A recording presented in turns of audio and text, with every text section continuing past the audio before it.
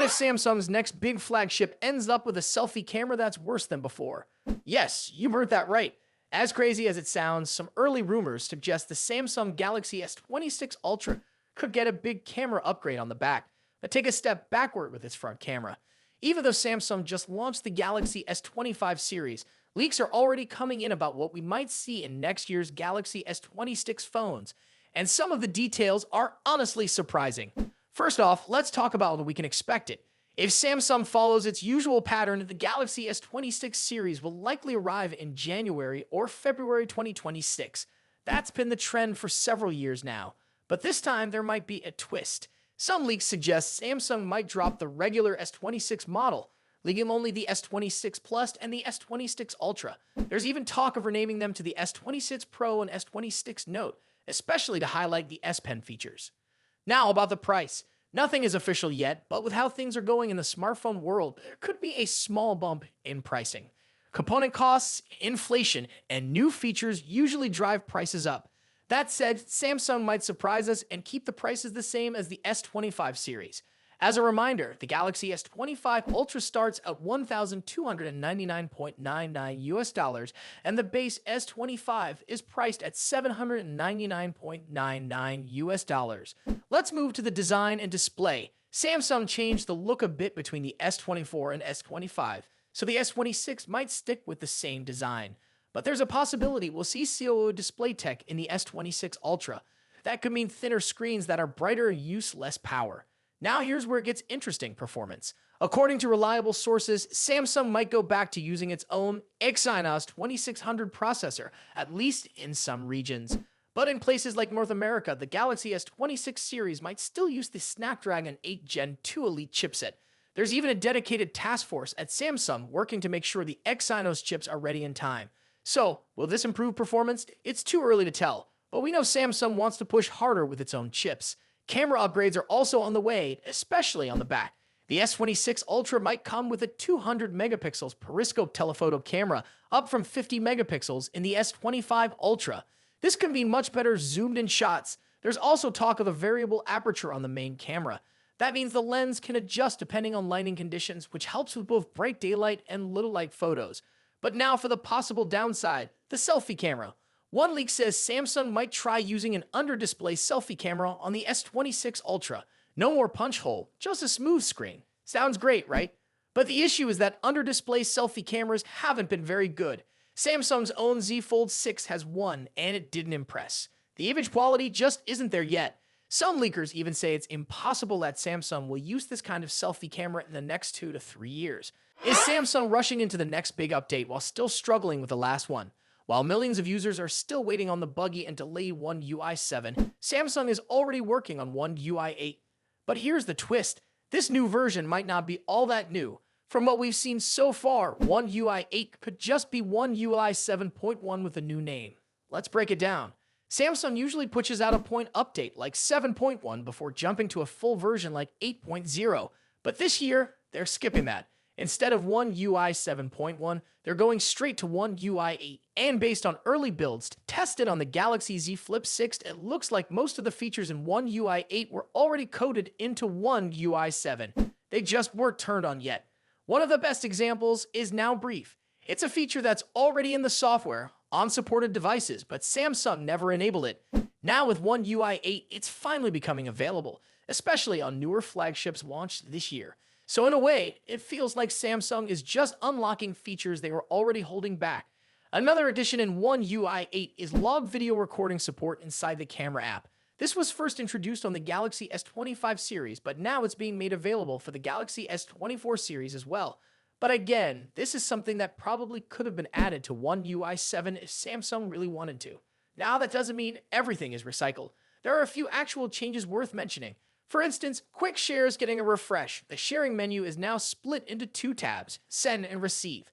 You can switch the Receive tab and make your device visible temporarily, which is way better than the older options that made your device visible either all the time or for just 10 minutes. Other than that, the user interface in One UI 8 is nearly identical to One UI 7. There is a small visual change in the Quick Settings panel. Some buttons are now shaded. But this change wasn't consistent across all test devices, so it might actually be a bug instead of a feature.